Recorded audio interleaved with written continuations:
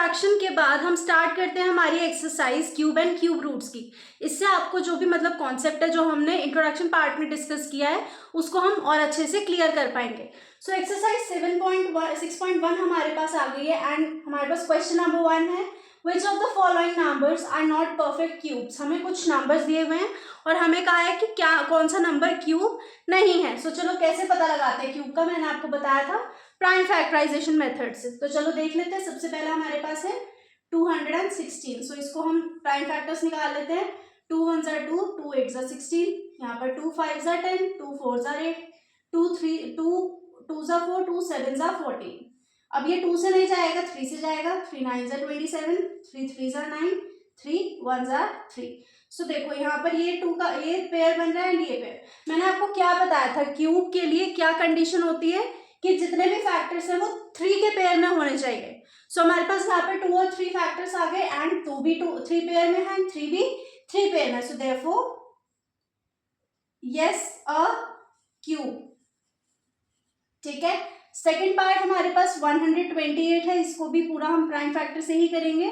सो 2 6 ज़ा 12, 2 4 ज़ा 8, 2 3 ज़ा 6, 2 2 ज़ा 4, 2 1 ज़ा 2, 2 6 ज़ा 12, 2 8 ज़ा 16, 2 4 ज़ा 8, 2 2 ज़ा 4 एंड 2 1 ज़ा इज 2। सो ये भी 3 पेयर में है, ये 3 पेयर में है, बट यहाँ पर हमारे पास एक 2 अकेला रह गया है। जो ये वाला 2 है हमारे पास अकेला रह गया, सो नहीं। So therefore not a cube. Clear हो गया। नेक्स्ट हमारे पास 1000 है थर्ड पार्ट। सो 1000 को भी हम प्राइम फैक्टर्स निकालेंगे इसके।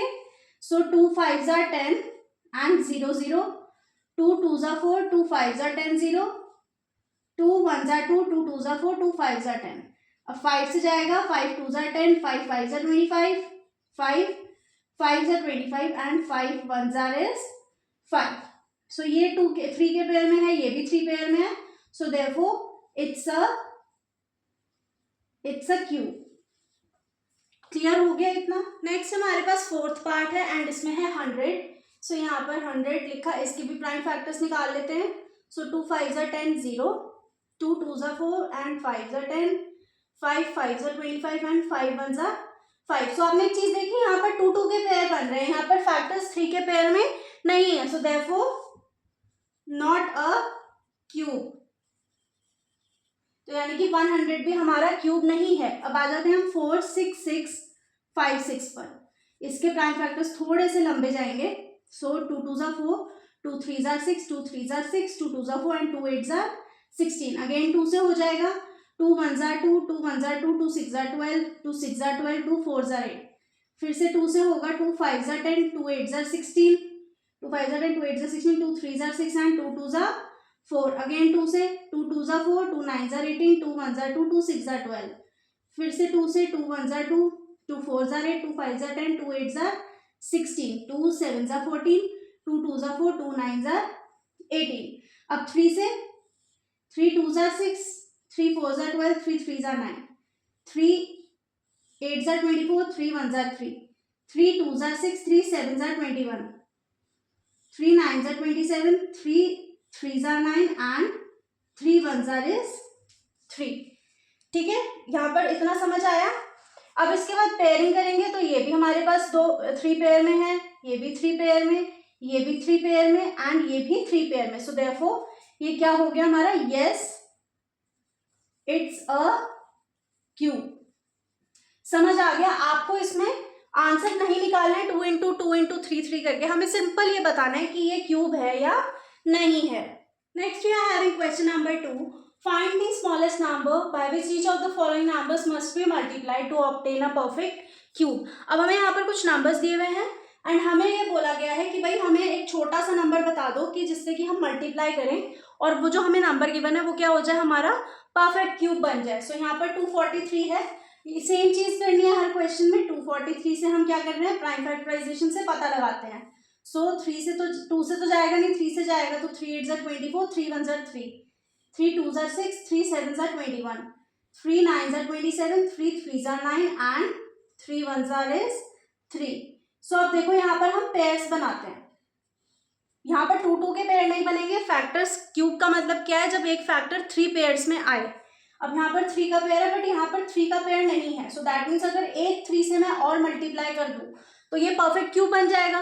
तो इसको आप किस तरीके से लिख कर आओगे, ऐसे तो रिप्रेजेंट करना ही है, find the smallest number, so therefore the smallest, इसको पूरे डेफिनेशन मतलब वो स्टेटमेंट के साथ लिख कर आना है, the smallest number by which 243 should be या must be multiplied is 3। ठीक है, एक क्वेश्चन में एक पार्ट में मैंने आपको इस तरीके से स्टेटमेंट लिखकर दिखाई है। हर क्वेश्चन में मतलब मान लो इस टाइप का क्वेश्चन आता है तो इसी तरीके से आपको स्टेटमेंट लिख के आनी है, एंड हर क्वेश्चन को ना जब प्रैक्टिस करते हो तो स्टेटमेंट के साथ ही किया करो। Next we are having second and third part, so 256 and 72। So पहले 256 को देखते हैं, प्राइम फैक्टर करने हैं। So 2 1 2, 2 2 4 and 2 8 16। ठीक है, 2 6 12, 2 4 8, 2 3 6, 2 2 4, 2 1 2, 2 6 12, 2 8 16, 2 4 8, 2 2 4 एंड 2 1 2। पेयरिंग कर लेते हैं, 3 का पेयर हो गया, ये भी 3 में है बट यहाँ पर एक 2 एक्स्ट्रा नहीं है हमारे पास, दैट मीन्स ये पेयर पूरा नहीं है। So therefore x is equals to 2, वो छोटा नंबर जिससे कि हमें मल्टीप्लाई करना चाहिए वो क्या है, 2 है। नेक्स्ट हम आ जाते हैं हमारे थर्ड पार्ट पर, 72।